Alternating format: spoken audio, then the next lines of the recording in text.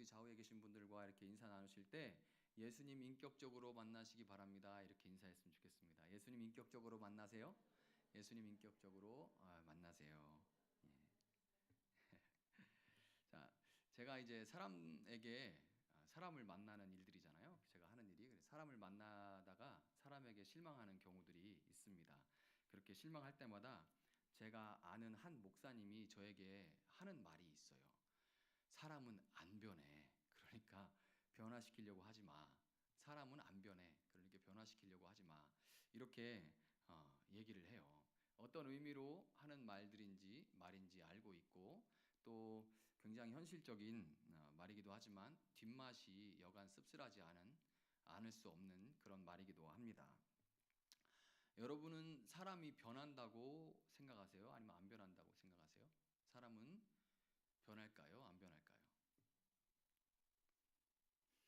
안 변하고 싶다고 말씀하고 싶은 얼굴들인데 안 변한다고 하신다면 사람은 안 변해. 진짜 사람 안 변해. 이렇게 생각하신다면 아마도 신혼 초부터 지금까지 아주 초지일관 무능력한 그런 남편이나 무심한 그런 남편을 혹은 또 이기적인 정말 초지일관 이기적인 그 직장 상사를 떠올리거나 아니면 이제 감옥에서 예수 믿고 떠들썩하게 막 예수 믿고 변화됐다고 간증을 하고 심지어는 이제 나와가지고 목사까지 된 그런 악명 높은 도둑이나 폭력 전과에 있는 폭력배들이 이전과 좀 얼마 있으면 이전과 동일한 그런 범죄를 저질러서 세간을 떠들썩하게 한 사건들을 떠올리시면서 사람은 안 변해 이렇게 아마 생각을 하실 거예요. 사람이 변한다. 사람은 변할 수 있어 라고 생각하시는 분들은 아마도 본인이 신앙생활을 하면서 이전보다는 순해지고 착해진 것 같다고 은연중에 생각하실 수도 있습니다. 그래도 내가 옛날보다는 순해진 것 같아. 내 옛날 승질에 비하면 지금 순해진 것 같아. 착해진 것 같아. 이렇게 생각할 수 있어요. 그런데 여러분이 전보다 좀 착해지고 순해진 것은 정말 신앙생활 때문일까요? 아니면 나이가 들면서 여성 호르몬이 나오거나 아니면 기운이 빠져서 그런 걸까요? 뭔 것 같아요? 정말 신앙생활 때문에 그런 것 같아요. 여성분들은 여성 호르몬이 원래 나오는 거고 여성 호르몬 나와서 갑자기 드라마 보면서 울고 순해지는 걸까요? 아니면은 나이가 들어서 기운이 빠진 걸까요? 사람이 변한다고 생각을 하든 변하지 않는다고 생각을 하든 간에 사람은 정말 참 변하기 힘들고 그것은 예수님을 믿어도 마찬가지라는 그것에는 다 공감을 하실 겁니다. 그럼 여러분 사람은 왜 이렇게 변하기가 힘든 걸까요? 왜 이렇게 안 변하는 걸까요? 사람은 뭐 많은 이유들이 있겠지만 그 이유들을 이렇게 모아서 간단하게 좀 지나치게 단순화할 수도 있지만 간단하게 설명을 드린다면 그것은 사람이 기억을 갖고 있기 때문이에요. 사람이 기억을 갖고 있기 때문입니다. 지금의 나라는 존재는 내가 자라온 배경과 경험 또 이런 것들에 대한 기억들이 모여 있는 복합적인 존재입니다. 그러니까 복합제인 거예요. 예전의 모든 기억과 경험들이 다 합쳐진 그런 복합적인 존재인 겁니다. 이것은 예수님을 믿어도 다시 태어나도 마찬가지입니다. 거듭났다고 내가 예수 믿고 거듭났다고 해서 이전의 모든 기억들이 컴퓨터에서 파일을 싹 지워버리듯이 내가 포맷하듯이 다 지워지는 것이 아닐 뿐더러 사람의 본성상 좋은 기억보다는 아프고 쓰라린 그런 부정적인 기억들이 더 강렬하게 기억들에 남아서 지금 내가 세상을 바라보는 그런 관점과 내가 세상을 바라보는 방식 그런 기억들이 지금 내가 세상을 바라보는 방식 그리고 그 방식 때문에 그 방식에 따라오는 선택과 행동에 생생하게 영향을 미치는 겁니다. 그래서 사람은 쉽게 안 변하는 거예요. 그렇다면 여러분 과연 오늘 본문은 사람의 변화에 대해서 뭐라고 말하고 있을까요? 오늘 본문은 한번 이렇게 아까 읽었는데요. 결론적으로 말하자면 오늘 본문 그리고 성경은 사람은 변할 수 있다고 말합니다. 사람은 변할 수 있다고 말해요. 그런데 성경이 사람은 변할 수 있다고 말하는데 다른 사람은 그냥 제쳐두고 다른 사람은 그냥 그렇다 치고 왜 이렇게 나는 왜 이렇게 변화가 안 되는 걸까요? 나라는 인간은 왜 이렇게 변화가 안 되는 걸까요? 그것은 오늘 본문 15절에서 볼 수 있듯이 하나님의 말씀인 성경을 통해서 예수님을 믿고 예수님 안에 거하는 것, 예수님을 믿고 예수님 안에 거하는 것, 다시 말하면 인격적으로 예수님을 만나고 교제하지 못하고 있기 때문이에요. 왜 이렇게 나는 안 변하는가? 인격적으로 하나님을, 인격적으로 예수님을 만나지 못하고 있기 때문입니다. 우리는 신앙생활 하면서 종종 저는 기도회 때 예수님을 인격적으로 만났어요, 이렇게 말씀하는 분들을, 혹은 저는 수련회 때 예수님을 인격적으로 경험했어요, 막 이런 이야기를 하는 분들을 만나게 되는데요. 그런 말을 들을 때 우리는 되게 가슴이 뜨거워졌다거나 아니면 어떤 영적인 경험이나 은사를 체험하는 그런 걸 떠올리게 돼요. 예수님을 인격적으로 만났어요 하는 말을 들으면 가슴이 정말 뜨거워지는 어떤 사건을 경험했나 보다, 은사를 체험했나 보다, 막 하늘이 갈라지고 불이 떨어지는 것을 경험했나 보다, 막 이런 것을 우리가 자연스럽게 떠올리게 됩니다. 그러나 여러분, 요한복음 1장은 말씀이 곧 하나님이시고 말씀이 육신이 되어 우리 가운데 거하시는 분이 바로 예수님이라고 말씀합니다. 아멘입니까? 이 말씀이신 예수님이 이 땅에서 직접 하신 말씀, 말씀이신 예수님이 이 땅에서 직접 하신 말씀과 말씀이신 예수님에 대해 기록한 것이 바로 성경이기 때문에 예수님을 인격적으로, 예수님 인격적으로 만났어요 하는 그런 말은 다른 어떤 것이 아니라 바로 성경을 인격적으로 만났다는 의미인 겁니다. 바로 성경을 인격적으로 만났다는 의미예요. 인격적인 만남이라는 것이 무엇이냐? 인격적으로 만났다는 것은 자유롭게 선택하고 그 선택에 책임을 질 수 있는 한 존재가 또 다른 존재와 만나서 소통을 하는 것을 인격적인 만남이라고 얘기를 해요. 내가 자유롭게 선택하고 책임을 질 수 없는 그런 상태일 때는 그런 상태에서 어떤 사람과 소통하는 그것은 인격적인 만남이라고 할 수가 없죠. 자, 이것을 인격적인 만남이라고 하는데요. 그리고 말씀이라는 이 단어 자체가 듣는 것을 포함하고 있어요. 어떻게 말만 하고 듣지를 않겠어요? 그러니까 이 말씀이라는 단어 자체에는 듣는다는 것에 듣는다는 의미가 포함되어 있습니다. 그러니까 말씀이신 예수님은 다른 누군가가 아닌 바로 나를 선택하셔서, 자유롭게 나를 선택하셔서 기록된 말씀, 하나님의 말씀이신 성경을 통해서 나에게 말을 걸어오시고 내가 자유롭게 그 말씀을 듣기로 선택하고 그 말씀에 지적으로 그리고 감정적으로 의지적으로 반응하는 것을, 내가 그렇게 반응할 때 예수님은 또 그것을 들으시면서 나와 소통하고 교제하는 분이신 겁니다. 사람을 만나서 소통하는 가운데도 어떤 사람을 만났을 때 가슴이 뛰는 경우가 있죠. 그리고 어떤 때는 그 사람과 이렇게 소통하다가 뭉클해지는 경우도 있지요. 그리고 가슴이 뜨거워질 때도 있습니다.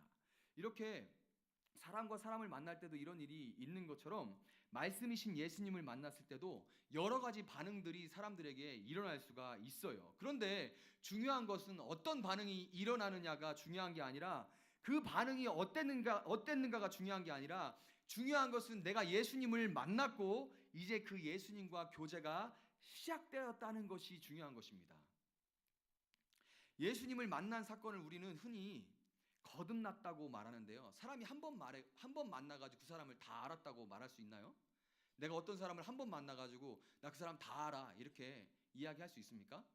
없지요. 우리가 그렇게 얘기하면은 그건 분명히 과장하는 거예요. 그렇게 내가 어떤 사람을 한 번 만나서 다 안다고 말할 수 없는 것처럼 내가 거듭났다, 예수님을 만났다라고 말하는 것은 예수님을 이제 인식하고 내가 소통을 시작할 수 있는 존재로 변화되었다는 의미인 거예요.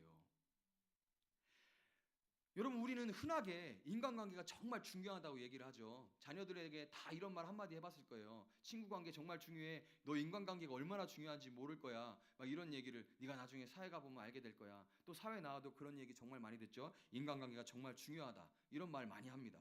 이거는 물론 사회생활을 하는 데 있어서 인간관계, 인맥이 정말 중요하다는 그런 의미도 가지고 있겠지만은 부부관계, 그리고 부모와 자식관계, 그 친구관계, 애인관계 같은 그런 가까운 관계가 사람의 인생에 큰 영향을 미친다는 의미도 가지고 있을 겁니다. 인간관계가 중요하다는 말은 이런 가까운 관계가 사람의 인생에 큰 영향을 미친다는 의미도 가지고 있을 거예요. 관계는 이 인간관계, 관계는 내 경험과 지금의 나를 만든, 제가 복합제라고 말씀드렸죠. 지금의 나를 만든, 내가 사고하는 그 방식, 내가 생각하는 그 방식과 생각과 선택과 행동을 결정짓는 지금의 나를 만든 그 경험과 기억을 이 관계가 형성함으로써 내가 인생을 살아가는 방식에 큰 영향을 미칠 뿐만 아니라 만남 중에 경험하게 되는 나와 다른 사고방식으로 나에게 직접적으로 영향을 미치기도 합니다. 말씀이신 그 예수님을 인격적으로 만났을 때 우리는 우리와 완전히 다른 사고방식, 인생관, 세계관을 경험하는 거예요. 예수님을 만났다는 것, 인격적으로 만났다는 것은 나와는 다른, 완전히 다른 세계관, 가치관, 그리고 인생관을 만났다는 것입니다. 이거를 완전히 똑같지는 않지만 뭘로 비유할 수 있냐면요. 마치 해외여행을 떠났을 때 우리가 맛보는 그런 여행지의 이국적인 정취와 비슷한 거예요. 한국과 다른 볼거리, 먹거리, 그리고 아름다운 풍광에 우리는 이 여행 가가지고 해외여행 가서 감탄을 하잖아요. 감탄하고 그 나라의 독특한 문화를 경험하면서 모든 것이 신기하고 새롭고 놀랍죠. 그 여행지에서 우리는 그 나라 옷을 입어보기도 하고, 그리고 이런저런 먹거리를 막 다 맛보고 막 돌아다니면서 먹고, 그리고 심지어 그 나라 말 몇 가지를 막 이런 말 저런 말 몇 가지를 배워서 그 나라 사람들 몇몇 그 사람들과 친구가 되기도 하고 같이 어울려서 즐거운 시간을 보내기도 합니다. 그런데 그렇게 했다고 해서 여행 가서 그 나라에서 좀 그렇게 맛보고 입어보고 좀 몇 마디 배워보고 어울려 놀았다고 해서 내가 그 나라 사람이 된 것은 아니지요. 그 나라에서 했던 모든 것들은 한국으로 돌아옴과 동시에 그냥 사진 속에 남아있는 추억이 될 뿐인 거죠. 선교지에 처음 도착한 선교사는 짧게는 3개월에서 6개월, 길게는 6개월에서 1년, 그 정도 그 기간 동안에 그 선교지의 모든 것이 아름답고 모든 것을 사랑하는 단계에 머무는데, 이것을 그 선교사 본인은 선교지 사랑이라고 얘기합니다. 너무 이 사람들이 사랑스럽고 너무 이 문화도 사랑스럽고 모든 어쩜 이렇게 친절하고 아름다울 수가 있냐 막 이러면서 너무 좋아해요. 모든 것이 아름답다고 막 이럽니다. 그리고서 뭐라고 말하면 하나님 이런 마음을 주셨어요. 선교지 사랑이에요. 막 이렇게 얘기를 하는데 경험이 있는 선교사들은 그걸 뭐라고 하냐면 여행자 모드라고 부릅니다. 여행자 모드라고 불러요. 6개월쯤 지나면 슬슬 현지 사람들에 대한 불만이 막 올라오기 시작하고 느려 터진 행정 업무에 대해서 막 불만을 갖게 됩니다. 대한민국 행정은 정말 빠른 거예요. 도대체 이해할 수 없는 그런 문화에 대한 불만이 막 싹트기 시작합니다. 그래서 1년쯤 지날 때는 심할 경우에는 선교사인데 현지인을 미워하는 상태에 빠지기도 해요.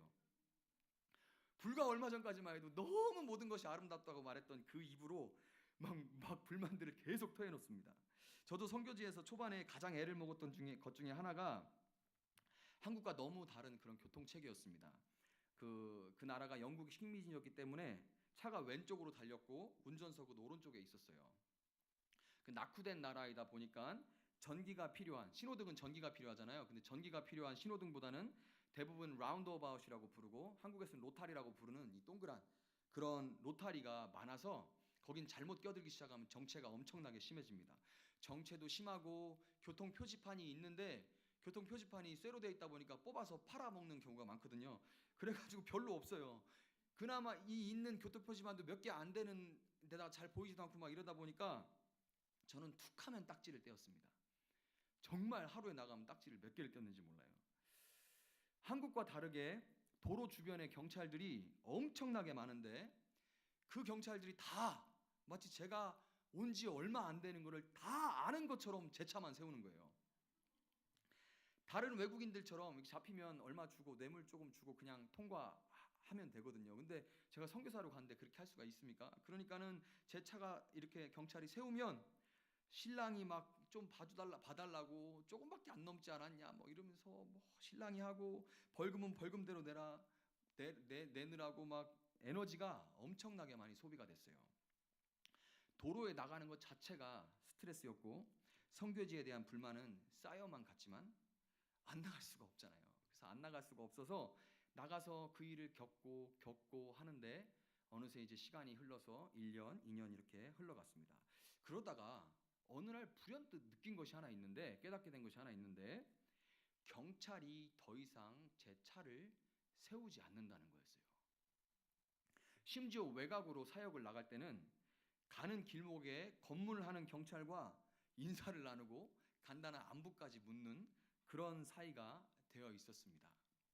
어떻게 그렇게 됐을까요? 어떻게 그렇게 됐을까요? 다른 방법이 없어요. 자꾸 겪으면서 짜증도 나보고 제가 제일 중요하게 생각하는 시간도 막 낭비해보고 하면서 선교지의 교통체계를 몸으로 체득한 겁니다. 몸으로. 그래서 시간이 지나니까 어느덧 그 교통체계가 저한테 편하게 됐어요. 그쪽에는 내비게이션도 없거든요. 그러니까 속도 제한 뭐 지금 여기선 60km다 70km에서 이렇게 속도 줄이라 막 내비게이션이 알려주잖아요. 그런데 그런 것도 없는 그곳에서 하도 다니면서 걸려보고 막 이러니까 어디에서 이제 이동식 교통 단속 카메라를 들고 나와 서 있는지를 아니까 그쯤 가면 그냥 제 발이 엑셀레이터에서 힘을 빼는 겁니다. 그러니까 이제 더 이상 안 걸려요. 그런데 여러분, 제가 이 말씀을 왜 드리냐면 이것이 말씀이신 예수님이 우리를 변화시키는 방법이기 때문이에요. 예수님은 우리를 강제적으로 개조하는 분이 아니십니다. 예수님과의 인격적인 만남이 시작되면 우리는 나와는 너무나도 다른 사고방식을 가지신 예수님과의 관계를 통해서 경험과 기억을 쌓아가게 되면서 점점 이전에 내가 가지고 있던 모든 부정적인 경험들과 왜곡된 기억과 오해와 편견과 혐오와 그리고 다른 사람들의 평가와 시선에 의해서 만들어진 내가 지금까지 기억에 의해서 지금까지 가지고 있던 세상을 바라보는 방식에 변화를 가져오게 되고 그것에 기인한 선택과 행동도 마침내 변화하게 되는 겁니다. 히브리서 4장 11절은 이렇게 말씀해요. 하나님의 말씀은 살아있고 활력이 있어 좌우의 날선 어떤 검보다 예리하여 혼과 영과 관절과 골수를 찔러 쪼개기까지 하며 또 마음의 생각과 뜻을 판단하나니. 아멘.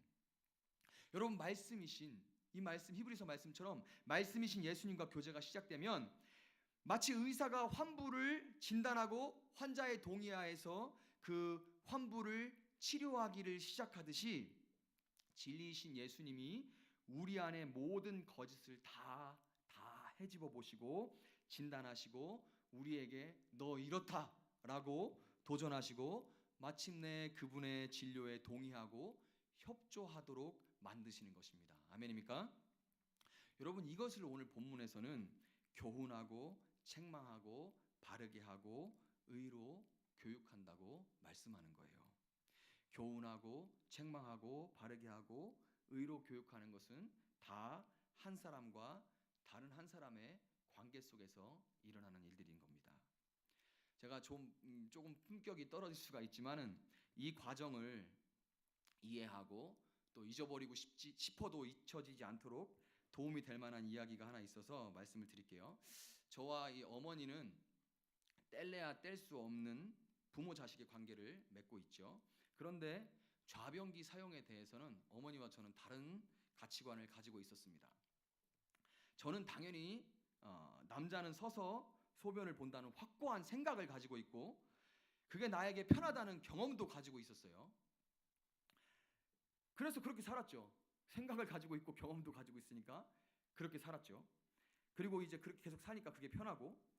그런데 어머니는 좌변기에는 앉아서 소변을 봐야 소변이 튀지 않고 찌른내도 나지 않아서 온 가족에게 좋다 하는 가치관을 가지고 계셨어요.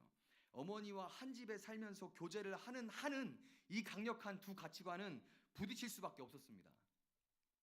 어머니는 제가 매번 화장실에 갈 때마다 잔소리를 하셨죠. 앉아서 하라고, 앉아쏴를 하라고 이야기를 했습니다.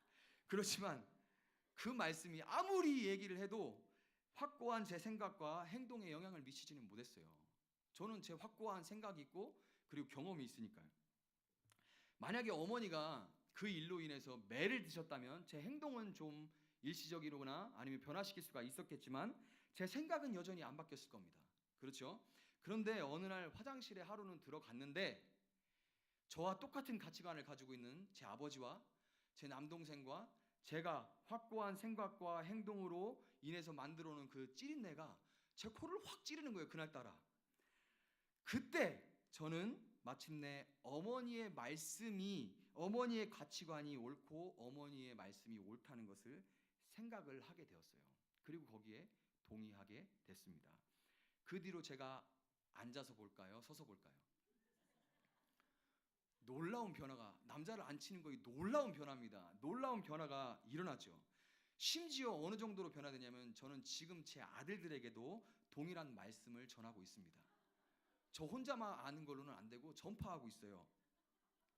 여러분, 우리는 종종 끊임없이 죄에 넘어지는 연약한 우리 자신의 모습을 보면서 왜 나를 확 뒤집어 놓을 뭔가 뜨거운 체험이 없을까를 고민합니다. 왜 나를 확 뒤집어 놓는 어떤 뜨거운 체험이 없을까? 그러나 여러분, 다시 말씀드리지만 말씀이신 예수님은 우리를 강제로 개조하시는 분이 절대로 아닙니다. 여러분, 강제로 어떤 기적, 뜨거운 나를 확 뒤집는 것이 정말로 사람을 완전히 변화시키고 그 생각까지 변화시킨다면 광야의 이스라엘 백성들은 수많은 기적과 이적을 매일매일 지겹도록 체험하면서도 끝까지 불순종했죠. 그런 확 사람을 뒤집어 놓는 걸로 사람의 행동과 그 생각과 가치관까지는 절대로 변화시킬 수가 없어요. 예수님은 관계를 통해서 우리를 교훈하시고 책망하셔서 우리가 우리 마음이 얼마나 죄와 세상 풍조에 쩔어서 지독한 냄새가 나고 있는지를 깨달아 알게 하시고 달라진 교통체계 때문에 딱지를 수없이 떼이듯이 실수하고 넘어지면서 마침내 우리가 바르게 되고 의로워지도록 인내함으로 교육하신 분이라는 것을 믿으시기를 바랍니다. 아멘. 여러분, 말씀이신 예수님을 만났다면, 인격적으로 만났다면, 그래서 다른 나라를 경험하셨다면 언제까지 여행자 모드로 머물지 마시고 그 나라를 더 깊이 맛보고 경험해 보시기를 주님의 이름으로 축원합니다. 말씀이신 예수님과 교제를 나누면서 울어도 보고 웃어도 보고 혼나서 속상해도 보고 위로해 주심의 힘을 내보기도 하시기를 바랍니다. 말씀이신 예수님이 여러분의 가정생활 속에서, 직장생활 속에서, 삶의 모든 자리에서 여러분에게 말을 걸어오시는 것이 들려지도록 설교를 진지하게 들으시고 하나님의 말씀인 성경을 읽기를 시작하시기를 주님의 이름으로 축원합니다. 제가 이렇게 말씀을 드렸을 때 성경을 읽으라는 이 말을 자칫 성경만 하루에 몇 장씩 규칙적으로 읽으면 하나님이 기뻐하시고 변화가 보장된다는 식으로 받지 말으셨으면 좋겠어요. 의무적으로 성경을 몇 장씩 이렇게 꼬박꼬박 읽으면 내가 변화된다, 그런 의미로 말씀드리는 것이 아닙니다. 제가 말씀드리는 것은 성경을 읽는 것이 말씀이신 예수님이 우리와 교제하심으로 우리를 변화시키는 은혜의 방편임을 여러분이 꼭 기억하시기를 바란다는 말이에요. 여러분, 세상 모든 종교는 변화를 위해서, 네가 변하고 싶으냐? 그러면 자기를 부인하고 고행하고 참선하고 금식하는 이런 여러 가지 자기 노력을 강조해요. 이거는 어떤 거가 같냐면 제가 어렸을 적에 대중 목욕탕에 갔을 때 때가 막 목욕탕에 둥둥 떠다니고 너무 탁해서 바닥 색깔, 그 타일 색깔이 무슨 색깔인지도 제대로 안 보이는데 아저씨들이 들어와서 하고 들어오셔가지고 손이나 이렇게 이 조그만 바가지로 물을 이렇게 때와 함께 걷어서 밖으로 퍼내는 거, 이런 모습과 똑같아요. 아무리 눈에 보이는 때가 막 굵은 게 둥둥 떠다니니까 거시럭거리니까 그거를 막 퍼내죠. 손으로나 바가지로. 근데 아무리 걷어내려고 해도 다 걷어낼 수가 없고 지치고 물만 줄어들 뿐이에요. 그때 한 아저씨가 이렇게 외쳤는데 뭐라고 했냐면, 한 탕 속에 있던 한 아저씨가 남탕 관리 아저씨를 불렀어요. 아저씨, 물 좀 틀어줘요. 물 좀 틀어줘요. 이렇게 이야기를 하셨어요. 그 아저씨를 불러서. 그러니까 그 남탕 관리하는 아저씨가 수도꼭지를 돌리는 핸들을 가지고 나타났습니다. 지금이야 이제 여러분 목욕탕 가면 두꺼비나 뭐 이런 것이 입에서 계속 물이 나오잖아요. 지금은. 근데 옛날 목욕탕에서는, 제가 몇 살인지를 상상하지 마시기 바랍니다. 그런데 옛날 목욕탕에서는 수도꼭지를, 물 아낀다고 수도꼭지를 돌리는 핸들을 빼놨어요.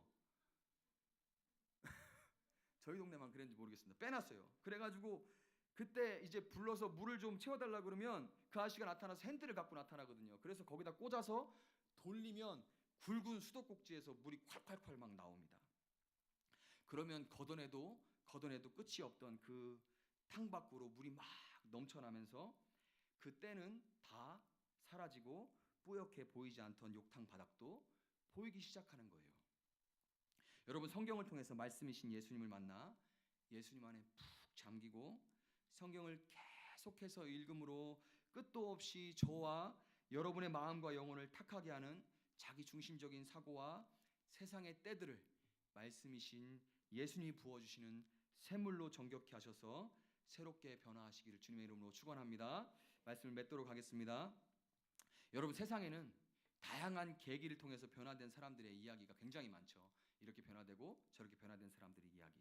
또 우리 주변에는 예수님을 믿는 우리보다 훨씬 인격적으로 성숙한 사람들을 많이 만나고 보고 들을 수가 있습니다. 어떤 사람은 그냥 선천적으로 좋은 인성을 가지고 있기도 하죠. 이런 사람들의 이야기를 듣고 볼 때마다 우리는 변하지 않는 우리 자신의 모습으로 인해서 회의에 빠질 때가 참 많습니다. 나는 언제까지 이렇게 사나? 저 사람은 예수 안 믿어도 저렇게 사는데. 그렇지만 여러분, 우리가 믿는 자로서 더욱 윤리적이고 보다 온유하고 성숙한 인격을 가져야 하는 것은 너무나 당연한 거예요. 그렇지만 성경이 말하는 변화라는 것은 여기서 그치는 것이 아닙니다. 오늘 본문 17절에서 말씀이신 예수님이 우리에게 원하시는 변화는 하나님의 사람들인 우리가 모든 선한 일을 행하기에 철저하게 준비되는 것이라고 말씀합니다. 모든 선한 일을 하기에 철저하게 준비되는 것, 그것이 말씀이신 예수님이 우리에게 원하시는 변화라고 해요. 누가복음 18장 19절에서 예수님은 선한 분은 오직 하나님 한 분뿐이시다라고 말씀하시기 때문에 선한 일이라는 것은 오직 하나님을 위해서 하는 일만을 선한 일이라고 우리가 말할 수 있는 겁니다. 여러분, 오늘 본문은 디모데후서 3장의 말미에 자리를 잡고 있죠. 한번 보세요. 디모데후서 3장 말미에 자리를 잡고 있습니다. 이 끝자락에서 3장 초반에 작은 제목으로 마지막 가르침이라고 돼 있죠. 그러면서 뭐라고 시작하냐면 3장 초반을 보면 말세에 고통하는 때가 이르리니 사람들이 뭐라고 그래요? 자기를 사랑하며. 나머지 뒤에 나오는 모든 것들은 다 왜 일어나냐면 자기를 사랑하기 때문에 일어나는 일입니다. 이 자기를 사랑해서 벌어지는 모든 죄악들을 이기는 방법으로 이 오늘 본문 말씀이 제시된 거예요. 여러분, 아무리 윤리적이고 아무리 훌륭한 인격을 소유하고 있다고 한들 사람이 하나님과의 교제 없이 내가 하는 모든 일은 그저 다 내 배를 위할 뿐이고 내 의를 위할 뿐입니다. 스가랴서 7장 5절 6절에서 하나님은 바벨론의 포로가 돼서 하나님이 당신의 백성들에 어떻게 이럴 수가 있나? 우리가 하나님을 위해 율법을 지키고 금식하고 제사를 드린 것이 얼만데 언제까지 우리를 이렇게 두시나? 이렇게 막 불평을 하는 이스라엘 백성들에게 선지자 스가랴를 통해서 뭐라고 말씀하시냐면 너희가 70년 동안 다섯째 달과 일곱째 달에 금식하고 애통하였거니와 그 금식이 나를 위하여 한 것이냐? 너희가 먹고 마실 때에 그것은 너희를 위하여 먹고 너희를 위하여 마시는 것이 아니냐? 이렇게 말씀하십니다. 여러분, 말씀이신 예수님은 한 인생의 전반적인 삶을 통해서 인내하시면서 우리의 삶에서 경험하는 모든 일들, 악한 경험들까지 사용하셔서 궁극적으로 우리 자신에게는 아무 소망이 없고 오직 말씀이신 예수님만 선하다고 인정하게 만드시고 그 말씀으로 우리를 먹든지 마시든지 무엇을 하든지 오직 하나님을 위해서만 하는 선함을 향한 변화에 동참하게 만드시고야 마는 분이라는 것을 여러분 믿으시기를 주님의 이름으로 축원합니다. 여러분, 이 변화의 과정이 번데기가 나비가 되는 것처럼 지난한 그런 과정이라 할지라도 너희 안에 착한 일을 시작하신 이가 그리스도 예수의 날까지 이루실지를 확신한다라고 담대하게 선포했던 사도 바울의 고백처럼 소망이 없는 내 모습이 아니라 빛이 있으라 함에 빛이 있으셨던 하나님께 소망을 두면서 그 하나님의 기록된 말씀인 성경을 통해 말씀이신 예수님과 더욱 깊이 교제하는 여러분 한 사람 한 사람 되시기를 주님의 이름으로 축원합니다. 이 시간 같이 찬양하고 기도하는 시간 갖도록 하겠습니다.